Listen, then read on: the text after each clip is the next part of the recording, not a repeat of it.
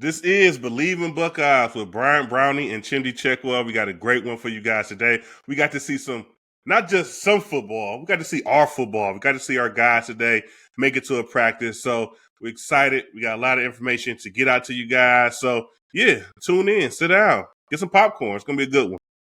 I'm going to start off by shouting out our sponsors, BetOnline. So BetOnline is your number one source for all your betting odds. Get the latest odds, lines, and matchup reports for baseball, boxing, golf, and more. BetOnline continues to be the fastest and easiest way to place your wagers, including live betting and your favorite casino and card games available to play right from your phone. Head to the website or use your mobile device to sign up today and get in on the action. Remember to use the promo code BLEAV, that's BLEAV, for your 50% welcome bonus on your first deposit. BetOnline, where the game starts. And once again, if you're having any issue with gambling, feel free to reach out to 1-800-GAMBLER. They're 24/7 and assist you there. But like we said, we came here to talk about football today. Earlier today, Coach Day reached out to the former players and invited former players to come in and check out a practice to see the guys. It was full go today, full equipment day. Obviously, they had a big scrimmage on Saturday that was close to the public. But today they invited the former players to come in, and it had a great turnout. I mean, it had to be about at least 40, 50 former guys there from across all the years. Got to see the guys, once again, full pass, full go. They had a full practice, and it was just good to see, just to feel football and to be out there with the guys and see it in live action. Yeah, it was a good time. You know, some guys you know, some guys you don't know. You know of, you know names. So got to meet some new guys who were Buckeyes, older guys. Also got to reconnect with a lot of guys that still around the area. Some guys who are in town for a few weeks. But that's always fun to be able to do, and also talk football, man. Get back into it. You kind of feel like you're back in that locker room talking to a bunch of guys, some older, some younger. But yeah, it was fun to reconnect for sure. Yeah, and once again, wherever you kind of get that situation, it's great energy, it's fun, and you get to see the guys and just get some real honest opinions, right? You kind of always kind of looking at things and, hey, you're talking to a Buckeye grad. I'm talking to Jeff Ulahate, a Buckeye great center, went on and played many years in the NFL, was known for the center for Dan Marino for a lot of his good years down with the Miami Dolphins. So I said, let's Frank, what do you think of the team? Right. What's your opinion of the team? And, you talk about a guy that's been around it and done it on multiple levels to the highest level. And this always is great just to kind of have those type of conversations. So once again, it is always fun. Once again, just to kind of be there for a bit, see the guys play, see the former guys, and just once again, just check in on your brothers and make sure everyone's doing okay. So That's always fun. Always fun. It's good that they do that. Yeah, we got an opportunity to, talk a little bit more with Coach Day, kind of brought all the former players aside to have a little bit of a discussion, talk to us, get us kind of acclimated with everything he's doing, where they're focused at, and what the outlook for the season is. So that was also cool as well. Yeah, it was great that he did that because it's kind of, I'm not gonna call it unique, but he doesn't have to do that, right? Right. We get invited back to practices before to prior seasons or spring times and things of that nature, and it's fun. Like you go to see everything and what's going on to see the guys. But once again, Coach Day took time. First off, hey, everybody, let's get together and let's discuss, what I'm doing, what I'm working on with the team.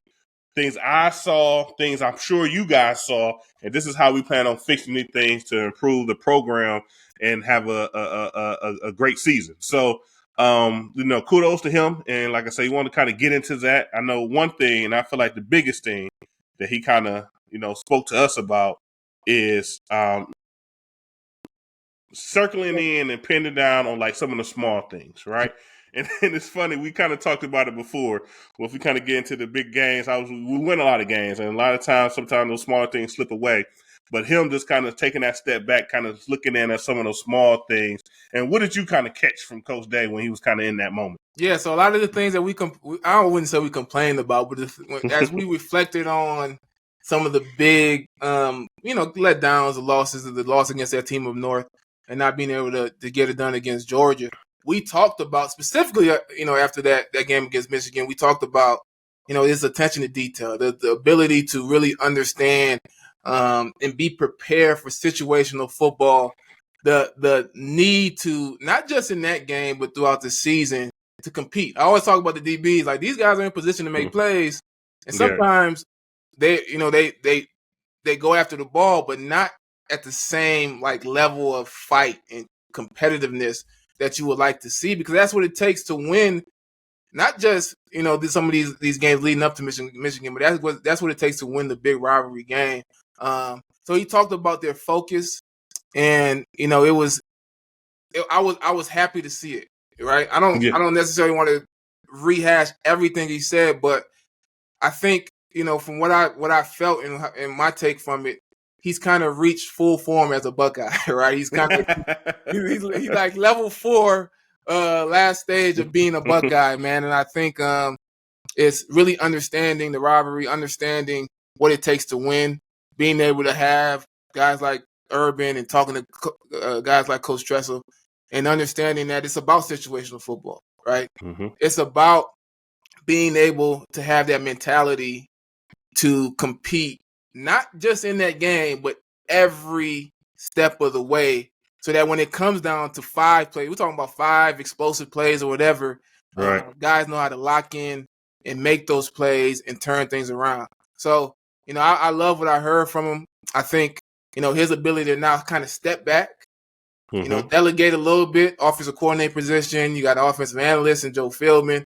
And now he can focus on some of those other things that make a great team. I think before he was really anchored in great scheme, great talent, right? Defensively, brought in a great coach who had great scheme, had tons of talent. But now I think they're really anchored in, what does it take to win in this big game? Running the ball, all the things, the turnover margin, all the things that are important to be able to get it done when the talent becomes, somewhat equal, right? So it was good to hear it. It was good to be able to hear it from him, and he's a very transparent person in speaking. So it was good to get that transparency and be with all the other former players to be able to kind of absorb that. Yeah, and once again, my biggest thing is like you hit on it, and he hit on it as well. When you get in certain situations, when you playing in your rivalry game, how certain statistics just kind of come back year after year after year after year after year. Yeah. One thing we all know that we focus on when we was in school, and basically it's just true to the game.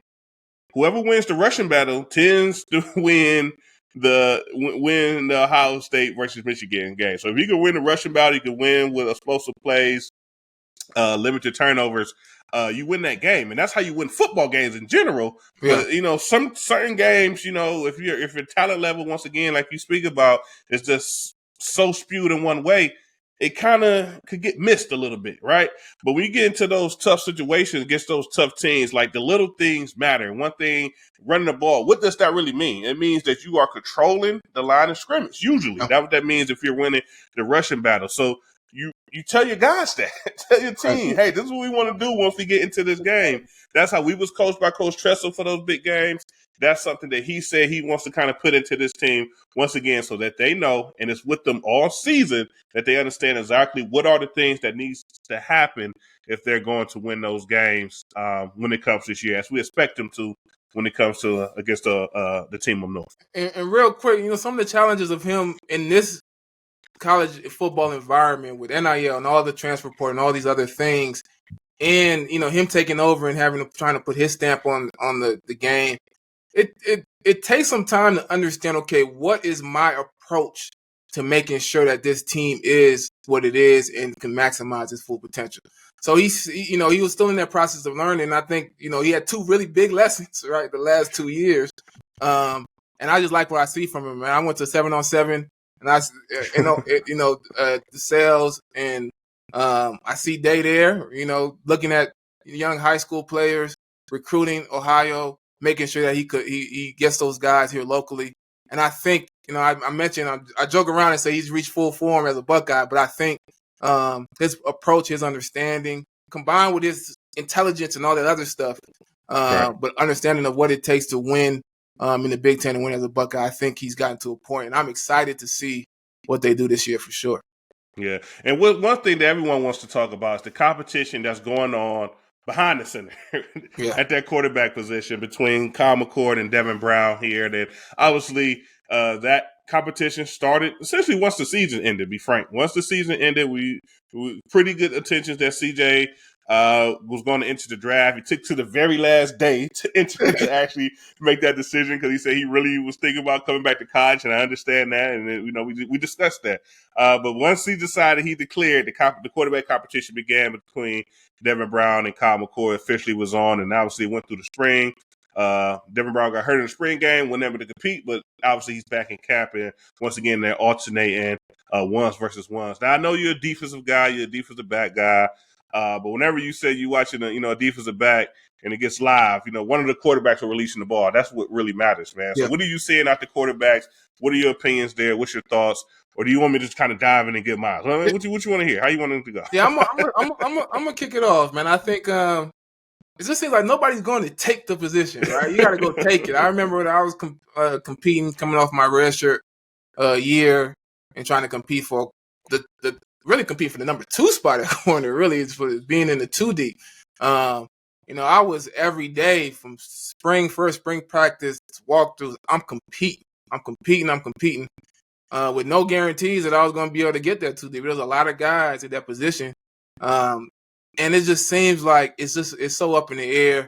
Neither one of them have really gotten it. I think what I see from them, I think there's still not this level of being really, really comfortable in commanding the pocket and really understanding, okay, here I go, and making quick decisions.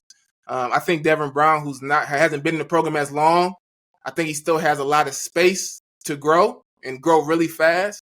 So I think that opportunity to be the starting quarterback is still up for grabs. And I think this opportunity may actually leak into the season. I think, you want to have a starter for that Big Ten game on the road against Indiana. But then you come back and you have Youngstown State, you have a Western Kentucky. If I'm not sure that somebody has claimed that position, I will continue to allow them to compete for those games because I want to have the guy who's going to be the guy to take me through the season and be ready come, game on the road versus Wisconsin, game on the road versus Michigan, playoff college football playoffs, et cetera, et cetera.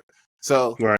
I would like them to continue to compete and see, give Devin Brown an opportunity to continue to grow and see if he can make it happen, and allow Kyle McCord to be able to show what he can do on the field against the opposite color jersey. Yeah. So me, the way I see it is, be frank, they're still kind of an up and down type of situation. Once again, Coach Day addressed it when he spoke with us. It's kind of still up and down. Still haven't really made that final decision. Hopefully, I think he had made a statement he's trying to figure out by this week. Want to maybe come out of camp with a guy. But when I see him, my eyes in practice, still, like you say, it's just kind of up and down. No one is really separating itself from the other one. And then, in my opinion, if it's up and down like that, that's to Kyle McCord's advantage. Because essentially he has the most experience. He's been doing it longer for Ohio State. So essentially, if it's still up and down, you know exactly what you're getting out of the guy. Sometimes that's important. It's important to know what you could get out your guy so you can make a game plan for it. So maybe we're not the team that throws it 45 times a game like we did with CJ or Fields if we wanted to, essentially. Maybe we're a team that, in my opinion, we should be a team that's more about running the ball in these situations and let our quarterbacks just kind of manage the game. So up and down to me is in McCord's favor once again, but that leaves some room for Devin Brown to maybe make those huge steps, jumps, and leaps that maybe it takes a real game situation for it to come out. So yeah, and I think, I watched the kind of final 2-minute drill period. I watched them both. Neither quarterback was really super impressive, but I saw some passes from Devin Brown that I'm like, if he can make this decision a little bit quicker, I mean, he has the tools to get it done. And to your point, like if it's like kind of close, go with the guy who's been in the program for a little while, the guy we might trust.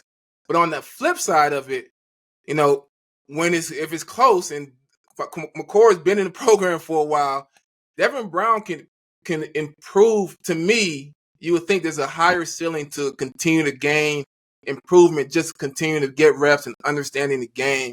Where you kind of at this point, McCord's been here long enough that it's like, okay, obviously he can continue to improve and whatnot, but does he have as much room to make a jump between now and 3 weeks from now? That's why I think Devin Brown, as sometimes, especially at the quarterback position, sometimes things just click, and that can change a lot for him. So if I'm McCord, I make sure that I'm the guy now, right? I'm the guy now, because that thing clicks against Youngstown State. You may never look back from there. Yeah. So we'll see. Like I say, still a little bit more cap left here. Obviously, we got about 3 weekends till some real football actually takes place. So we'll see how Coach Dace feel about it. Is he going to name a guy, or is he going to let it leak into the season? We'll just kind of have to play it out from there. So we talked about the quarterback, right? But quarterback's best friend, one is a great running game, and then two is offensive linemen who can protect them. So you got new quarterbacks coming in. You also have some competition at the offensive line position as well. And I'm gonna be honest, I went to the practice. I didn't pay much attention to the offensive line. But so what are you seeing there with the competition there? And what is your feel about the group as a whole? So as a group as a whole, I'm gonna jump on that one first. As a group as a whole, we got a lot of good pieces. We have a very athletic offensive line. I mean, they got a good number of guys to kind of fill in these roles.